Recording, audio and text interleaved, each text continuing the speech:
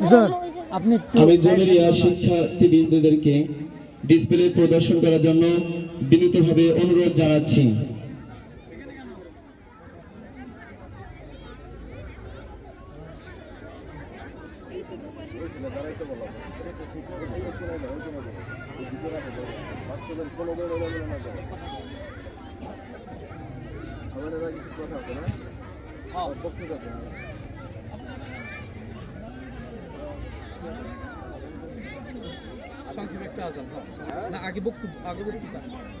আগে বক্তৃতা হবে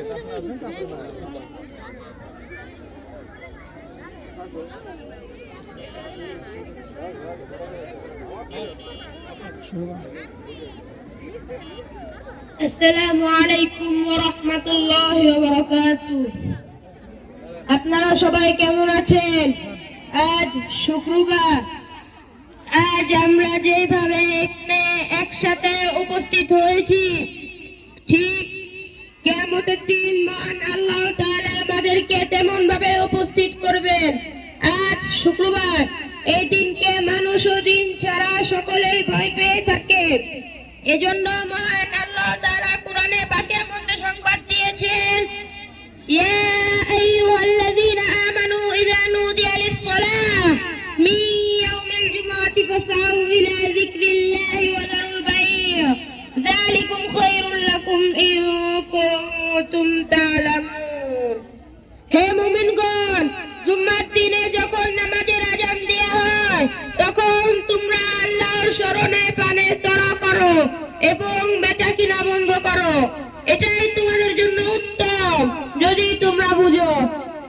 একে আরো শক্তিশালী করার জন্য রাসূল সাল্লাল্লাহু আলাইহি ওয়াসাল্লাম বলেছেন, ওয়ালা খায়রুন নাওমি তালাত ফিশ-শামস ইয়াউমিল জুমআতি ফীহি খালাকা আদম ওয়া ফীহি ইউদখিলুল জান্নাহ ওয়া ফীহি ইউখরিজু মিনহা ওয়া লা তাকুমুস সাআতু ইলা ইয়াউমিল জুমআহ।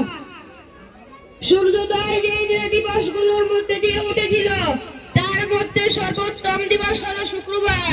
এই শুক্রবারে হযরত আদম আলাইহিস সালাতু ওয়াস সালামকে সৃষ্টি করা হয়েছিল এবং এই শুক্রবারে হযরত আদম আলাইহিস সালাতু ওয়াস সালামকে সৃষ্টি করা জান্নাতে প্রবেশ করানো হয়েছিল এবং এই শুক্রবারে হযরত আদম আলাইহিস সালাতু ওয়াস সালামকে জান্নাত থেকে বের করা হয়েছিল। এজন্য আমাদেরকে গুনাহ মুক্ত জীবন গড়তে হবে এবং শুক্রবারে বেশির চেয়েও বেশি ইবাদত করতে হবে। সবাই রাজি আছি? ইনশাআল্লাহ সবাই রাজি আছি।